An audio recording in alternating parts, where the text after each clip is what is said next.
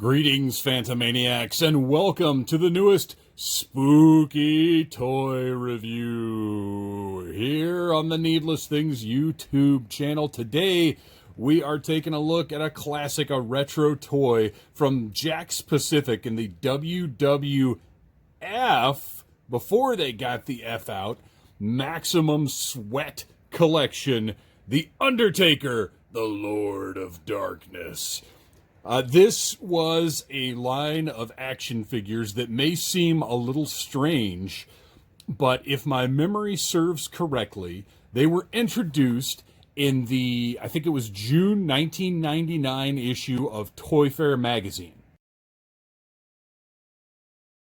And originally, these were going to be called something like Maximum Blood, which makes a whole lot more sense than Maximum Sweat. Because, of course, if you're a wrestling fan, and especially in 1999, you want to see those figures bleed. You want to see them get into big fights, street fights, Hell in a Cell, cage matches, and you want to see them busted wide open with a crimson mask dribbling down their faces. You're not so much into seeing them sweat. So the figures were designed to interact with these pumps, and we'll get to that in a little while. But Jakks and probably more WWF decided, hey, maybe it's not a great idea to put bleeding action figures in the hands of little kids. The 90s were a weird time. But that was not going to fly.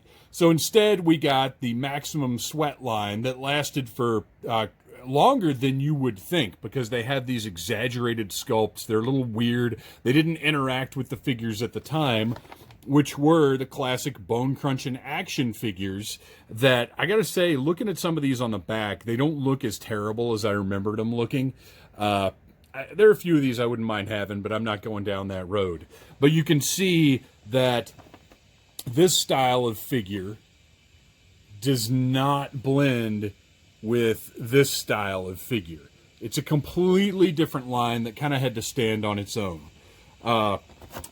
Big, very large, big blister card, giant eye-catching packaging. I love this foil WWF logo right here. And then if you look closely, you can see, look at the embossed sweat on the rattlesnake's head right there, illustrating the action. And I gotta say, imagine if this was glossy red blood instead. Well, by the end of this video, you will not have to imagine.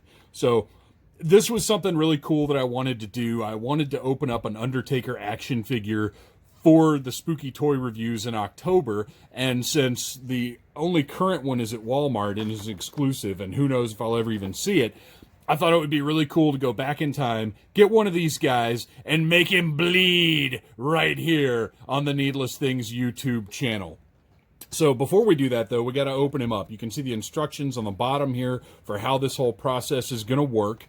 But we got to get this guy out of the package, so it's time to open him up. This was never going to be a meant-on card for me. I was very lucky to get this guy, and a surprise that you'll see later in the video from the Major Wrestling Figure Podcast Facebook group, and it's great. It was perfect timing. It worked out absolutely perfectly. So let's go ahead and open him up and take a look at the figure before we make him bleed. Because quite frankly, sweaty action figures are not exciting enough. All right, we've got a little accessory in here. Each of these, even though these are oversized, big, giant figures, they all did still come with accessories, which I think is cool. Jakks was very into that at this point with sweat pumping action. Imagine, with blood pumping action. Woo, would have been great. But that's okay, because you can still make that happen, as you'll see. So the figures themselves are very large, and this style was used in another Jakks line. I think they were called Ring Giants. Were very similar proportionally and design-wise to this. But I like this. I like this figure a lot. The exaggerated, I mean, look at the face. Look at the sculpt on that face. Very, it's kind of like a caricature of The Undertaker. I dig it, with the sunken, almost dead cheekbones. Nice paint app on there. He's got a very distinctive look. And then all of the studs and everything on his cool shoulder pads, which you can see those shoulder pads glossier than the rest. There's a lot of cool detail on these guys. I'm actually a big fan of this line, even though it's considered kind of a weird outlier of a line to a lot of people. I like these sculpts. I like how much fun these are. And yeah, they're not, they're not the best figures to actually wrestle with, but you can see that there's a sort of wash here to give him that dead man look. Glossy gloves. I think for what these are, and especially for the price point at the time, and even now, because these are all still really cheap online, you could get a whole collection of these for a reasonable price. I like these, and they stand on the shelf really well, as opposed to other figures from the same time period, because they've got these big, giant clodhopper feet going on. So these are going to stand really nicely. I like this product a lot. I like this design a lot, and I think it's Jakks did a lot of weird stuff. They basically tried anything and everything, and in this instance, I think these were cool. I like them. So you can see on the back here, it's got the button, and then it's got where you put your fluid of choice into the figure to get it to bleed, which we will see in just a minute. But before we get to that, I just want to say I like these designs. You've got your basic, the head barely turns, so you've got 1, 2, 3, 4, 5, 6, 7, 8 points of articulation. Not too shabby. Just really, it's a cool looking figure. And again, this is good shelf candy. This is the kind of thing where you have a collection of these guys on your shelf standing there together, and it's a different, unique kind of thing that stands out among your wrestling figures that all just kind of look like dudes in their underwear. So I dig it.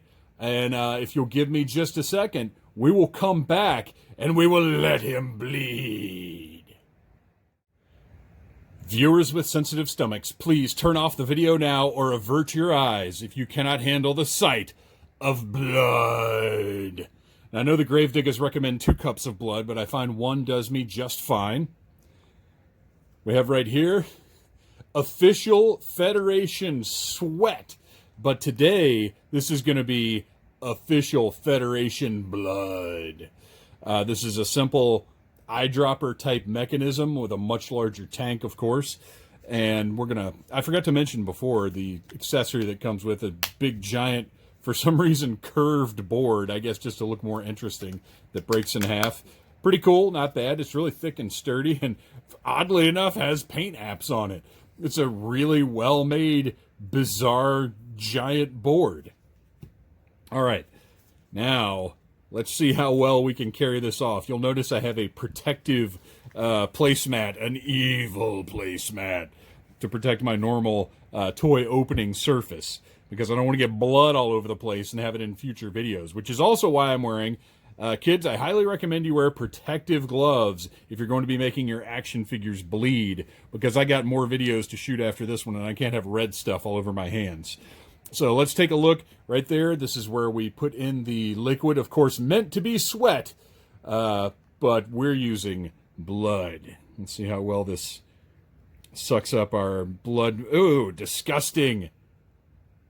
Look at it. Look at it bleed. I don't know how well this is really working. All right, so we've got hopefully enough blood to make this thing work out, because it's just to not fill up particularly well. So we're going to take that, put that right in his back. Wow, is that really all that holds? Whoa, does not hold a whole lot. Okay. Perhaps I should have had some evil paper towels down here as well. Let's button that back up, turn him around, and look at him. Look at him, it's a gusher. Oh, he's bleeding a gusher. Unbelievable. Somebody stop it. This man has a family. Oh my gosh. Oh my gosh. Disgusting. Stop the match. That was pretty awesome. I'm not going to lie. That was back in the day. This is really, really messy. Kids, don't ask your parents' permission, because they're just not going to let you do this.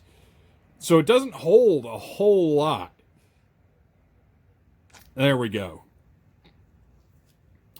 Because your parents are just going to tell you no. That's ridiculous. We're not going to let you make your figures bleed all over the place. But look at that. He doesn't work quite as well when he's not facing that way, but there's a little hole basically at his hairline that pumps the blood out. And it all goes over to that side. There we go. Oh, we got a nice bubbler going on there. Oh, you guys, this is great. Back in the day when I was originally getting these, because I actually already have a collection of these figures, I used the blood like a food coloring, but it wasn't as thick and bright as this, so it just kind of looked like pink water. This is some gel food coloring that I mixed with hot water that I got from Target, and it works a whole lot better. Look at this, standing in a puddle of his own blood. It's a bloodbath. Oh, let's make him look a little, even more gruesome. Oh my gosh. The Undertaker is busted wide open. Grotesque brutality. You guys, thank you for watching, and stick around for just a second, because maybe there's a little bit of a bonus here if I can figure out how to turn my camera off without getting blood all over it. And we've got one more, that's right. It's the Rattlesnake! Stone Cold! Stone Cold! We couldn't just have an Undertaker figure, because honestly, Undertaker's not even that well known for bleeding. Speaking of which, let's take a look one more time at that embossed sweat on the Rattlesnake's forehead. Crazy!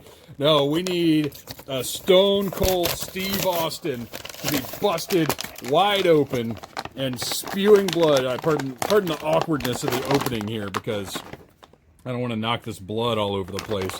We gotta make the Rattlesnake bleed. Stone Cold figure looks just as cool and stylized as the Undertaker. He's got a weird gorilla head going on there, but it's great. It's definitely a bizarre Austin figure. He's got the same articulation. Look at those veins. Look at how vascular this big giant is, if I can get it to focus in. Why do you want to look at the blood so much? What's wrong with you, camera? Look at that sculpt. I love it. Big, giant guys. This to me is Stone Cold, with the vest and the shorts and the boots, stomping out to the ring. Look at the socks there. I mean, just the detail on this guy is really nice. On the back of the vest, bad to the bonds? Not quite sure what that means, but that's okay. Now, we have to get this vest off in order to make this guy bleed, because you can't bleed in your fancy ring vest. Then what are you going to have to buy a new ring vest? And Lord knows this guy, in 1999, Stone Cold, he was scraping by on mayonnaise sandwiches and potatoes. Definitely couldn't afford a new ring vest. So let's get that thing off. And we are going to make Stone Cold Steve Austin, the Bionic Redneck, bleed a gusher. Let's get our cup of blood back over here, and our official Federation blood dispenser going. All right, I think he's chock full right now.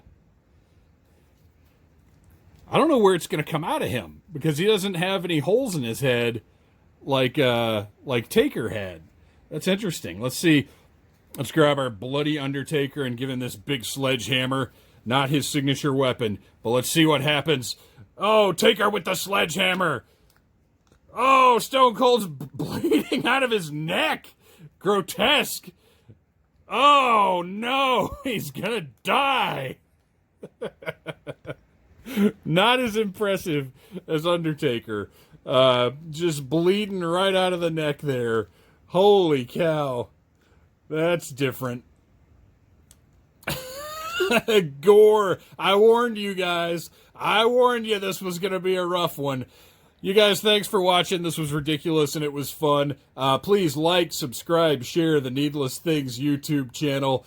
This has been an absolute blast. Happy Halloween, everybody. Stay tuned for more spooky, potentially gory videos as the week goes on.